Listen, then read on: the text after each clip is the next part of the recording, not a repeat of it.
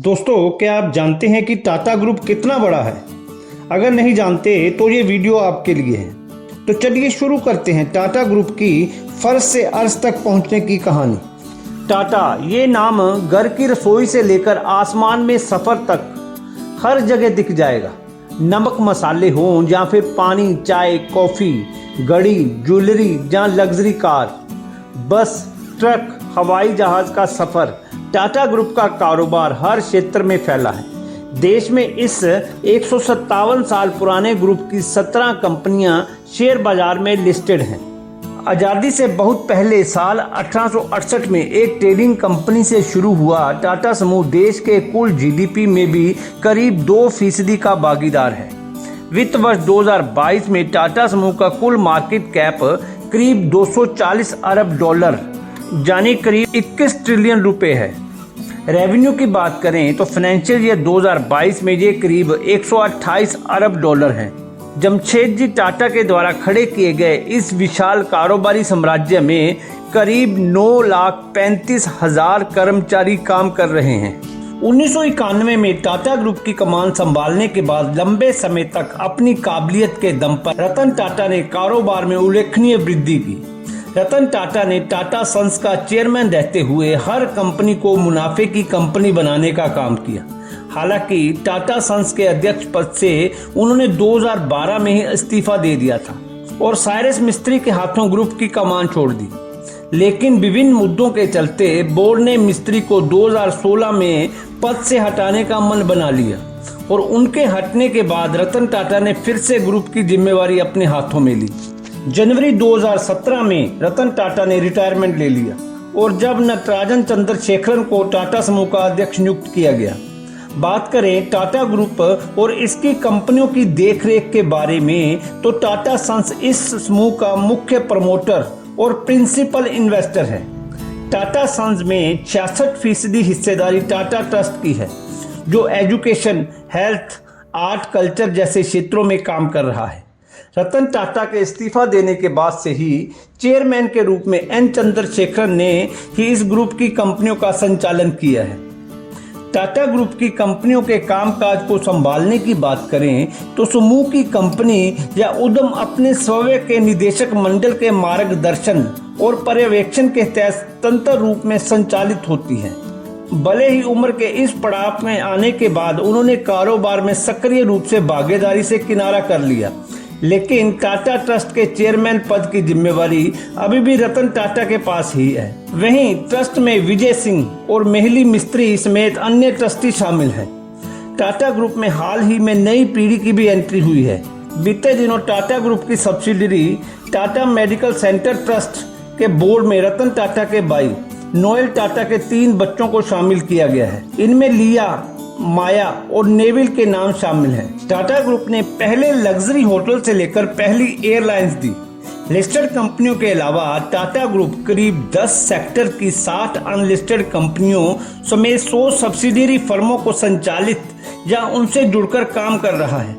टाटा का साम्राज्य कितना बड़ा है, इसका अंदाजा इस बात से लगाया जा सकता है कि टाटा समूह 6 महाद्वीपों के करीब 100 से अधिक देशों में सक्रिय है। देश को पहला लग्जरी होटल, पहली एयरलाइंस या फिर पहली देसी consumer goods company Tata group ने ही दी हुई है। टाटा ग्रुप की लिस्टेड कंपनियों की बात करें तो टाटा ग्रुप की कुल 17 कंपनियां शेयर बाजार में लिस्टेड हैं। उनमें से सबसे बड़ी कंपनी टाटा कंसल्टेंसी सर्विसेज यानी कि TCS है, जो मार्केट वैल्यू के हिसाब से रिलायंस के बाद देश की सबसे बड़ी कंपनी है।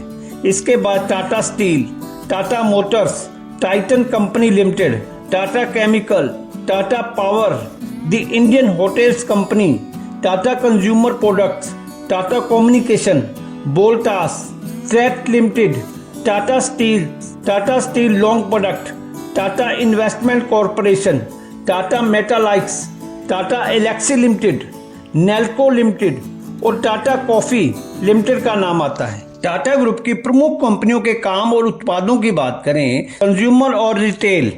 टाटा ग्रुप की कंपनियां कंज्यूमर ड्यूरेबल्स में चाय पानी तक बेचती है। इस सेक्टर में Tata chemicals, Tata consumer products, Voltas, Titan, infinity retail का क्रोमा ब्रांड, ट्रैट लिमिटेड सक्रिय है। टाटा टी, टाटा नमक, टाटा संपन्न ब्रांड मसाले, टाइटन घड़ी, तनिष्क ज्वेलरी, स्टारबक्स कॉफी समेत तमाम चीजें इसके तहत आती हैं। दूसरे शब्दों में कहें तो आप रेगिस्तान में हो या फिर आसमान में सफर कर रहे हो, टाटा की कोई ना कोई चीज आपके काम आ रही होगी। आईटी सेक्टर में देश की सबसे बड़ी कंपनी है टाटा ग्रुप की Tata consultancy services. Tata group में जो लाखों लोग काम कर रहे हैं उनमें से सबसे बड़ा हिस्सा इसी कंपनी का है। इसका ऑपरेशन पूरी दुनिया में है। इसके अलावा Tata Elxsi design and technology services दुनिया की दिग्गज सर्विस प्रोवाइडर है। ऑटोमोटिव सेक्टर, टाटा मोटर्स का नाम दुनिया भर में मशहूर है। कभी रतन टाटा ने इस कंपनी के मोटर डिवीजन को बेचने का मन बनाया था, लेकिन फोर्ड मोटर से मिले अपमान के बाद उन्होंने अपना फैसला बदला और टाटा मोटर्स को इस मुकाम तक पहुंचा दिया कि इसके आगे अन्य ऑटोमोटिव कंपनियां छोटी नजर आने लगी। सस्ती नैनो कार से लेकर जगुआर और लैंड रोवर तक टाटा ग्रुप की इस कंपनी के तहत आते हैं। हाल ही में टाटा मोटर्स ने इलेक्ट्रिक व्हीकल्स सेगमेंट में भी जोरदार एंट्री मारी है। भारत में टाटा की कारों की बात करें, Tata Nexon EV, Tiago EV, Tata safari, Altroz शामिल है। स्टील और इंफ्रास्ट्रक्चर की बात करें, स्टील सेक्टर में टाटा स्टील का दबदबा है।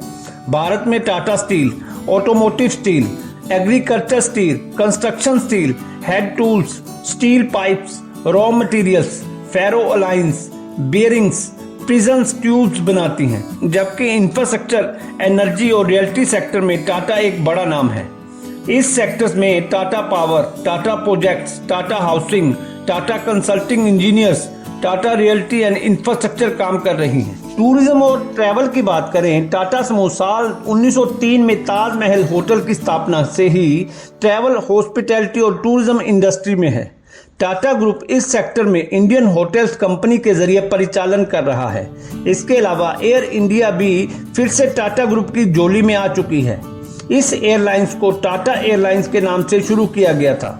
1956 में एयर इंडिया का राष्ट्रीयकरण हो गया और ये सरकार के पास चली गई। दोबारा अधिग्रहण के बाद टाटा ने एयर इंडिया में 470 विमानों का ऑर्डर देकर पूरी तरह आसमान पर कब्जा करने का मन बना लिया है। टाटा ग्रुप टेलीकॉम और मीडिया के क्षेत्र में भी अच्छा खासा दखल रखता है। टाटा कम्युनिकेशन, टाटा स्काई और टाटा टेली सर्विसेज के जरिए परिचालन किया जाता है। ट्रेडिंग एंड इन्वेस्टमेंट की बात करें तो इस सेगमेंट में Tata international, Tata industry, NBFC, Tata investment corporation सक्रिय है। इंश्योरेंस सेक्टर में टाटा एआई और एआईजी के बीच ज्वाइंट वेंचर है जिसका नाम टाटा एआईए लाइफ और टाटा एआईजी है। इसके अलावा टाटा ग्रुप शिक्षा के क्षेत्र में भी अहम भूमिका निभा रहा है। आइए बात करते हैं रतन टाटा की। रतन टाटा का जन्म 28 दिसंबर 1937 को मुंबई में हुआ था। नवल टाटा और सोनी टाटा के घर में जन्मे रतन टाटा की परवरिश उनकी दादी ने की। 1959 में आर्किटेक्चर और स्ट्रक्चरल इंजीनियरिंग की स्टडी के बाद वो कॉर्नेल यूनिवर्सिटी चले गए। साल 1962 में इंडिया लौटने के बाद उन्होंने टाटा स्टील में अपना करियर शुरू किया। आप जानकर हैरान होंगे कि टाटा स्टील की जमशेदपुर ब्रांच में उन्होंने मजदूरों के साथ काम किया।